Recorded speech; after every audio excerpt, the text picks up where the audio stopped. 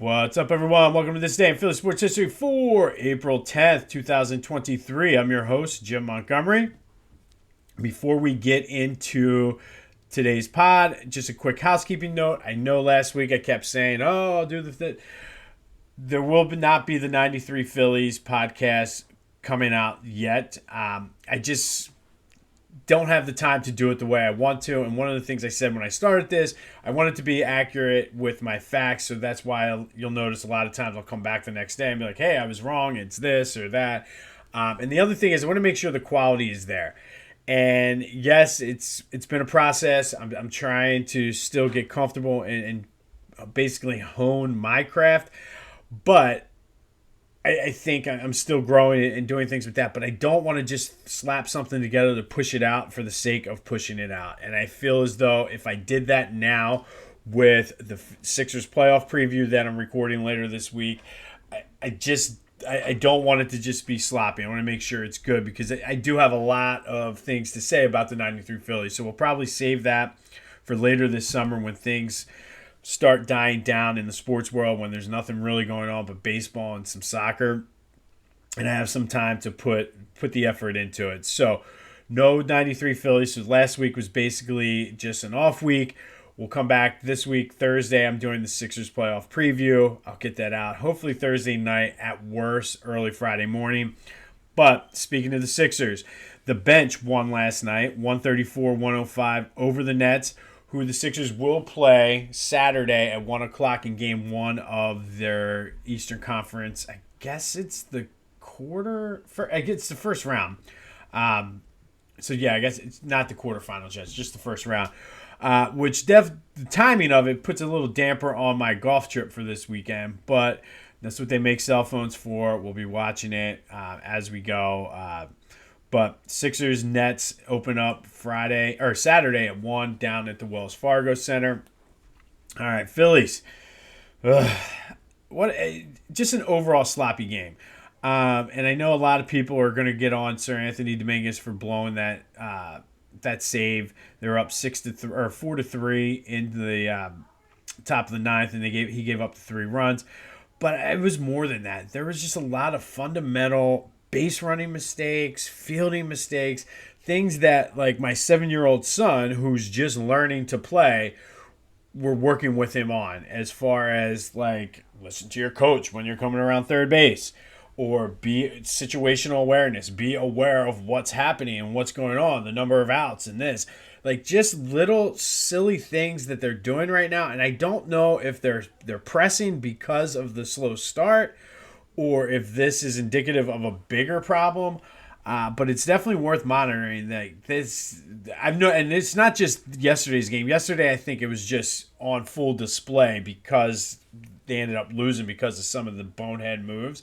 But I've noticed, especially when it comes to base running, there's a lot of questionable base running, and they've gotten away with a few of them. But I don't know. Hopefully, this is something they can get cleaned up, and it's not going to turn into something that is an issue and a problem moving forward.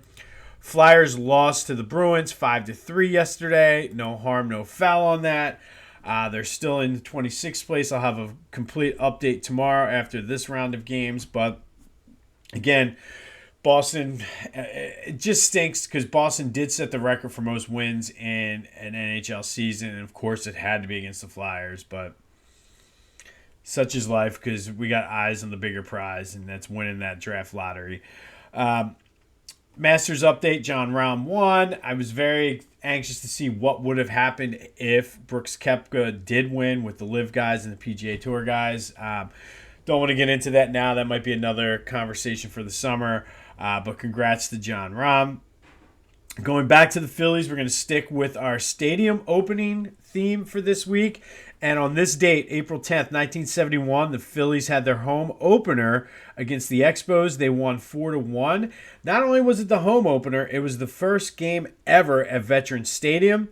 And basically, it was the highlight of the season was the Vet. The 71 Phillies only had 67 wins. They were terrible. Just absolutely terrible. And I think that was the year, at some point that year, Mike Schmidt got called up and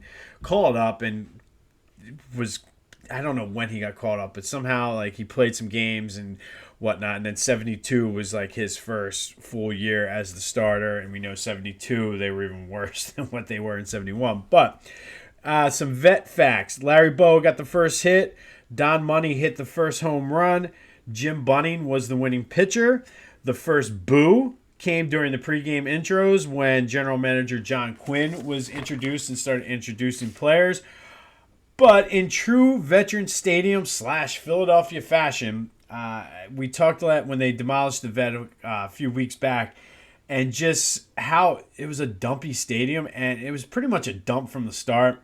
It was our dump, obviously, but from the very beginning. So here are some things that happened, or I should say did not happen, on the first game when the stadium opened. So it's almost like we should have known from the start.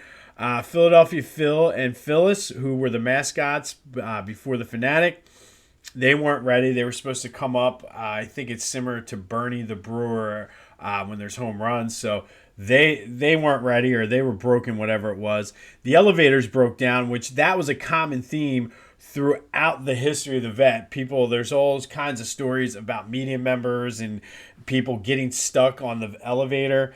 I might be making this up, but it sounds like something that would happen. I want to say, and I'll look it up, that at one point a president may have gotten stuck on one of the elevators at one of the Army-Navy games. But again, I could be making that up, but it does sound like something that could have happened at the vet. The out-of-town scoreboard was 6 innings behind.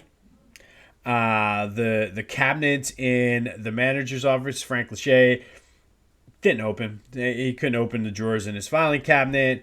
The lineup cards were missing before the game started. All the clubhouse clocks were wrong. And they were all different times, so nobody knew what time it was. And then on top of it, it was a super cold and windy day. And I think the vet at that point seated like 60-some thousand. Only 50-some thousand people showed up. People went home early because it was so cold. So it's almost like it was doomed from the start, and we should have known. But on this day in 1971, Phillies beat the Expos 4-1 to open Veterans Stadium.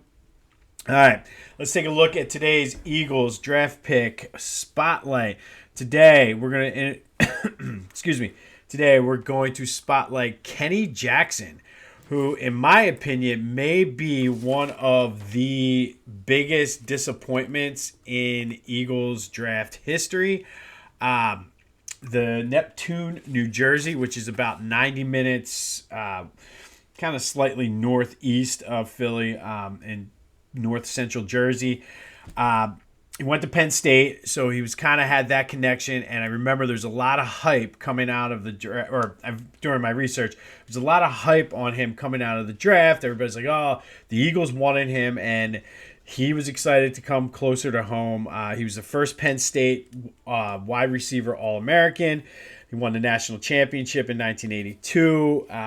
By the time he left, he held over 27 of their receiving records, most of which have been broken by now. But it just didn't translate into the NFL. He went and played 1984 to 1988. Then he went to Houston. Then came back for a little bit in 1990, 1991. I think at some point he retired. Just never lived up to that hype. During his career, he had 126 receptions for 2,170 yards and 11 touchdowns. He's now currently a sideline reporter for the Big Ten Network. But the issue and why he is one of the Eagles' biggest bust is because they had so many needs, and they were so hyped up on drafting Kenny Jackson. I guess because of the Penn State and that connection and whatever. But they missed out on so many, and even if they wanted to go wide receiver, the better wide receiver they could have taken was Louis Lips, who had a decent game. There's a lot of defensive guys, some offensive linemen that they could have had. But they drafted Kenny Jackson, number 4 overall in 1984. And it just was not a good pick. Like I said, he was an average receiver. Today he'd probably be like a 5th receiver.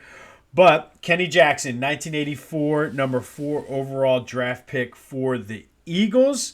This has been This Day in Philly Sports History. Hopefully the Phillies get back on the winning track tonight.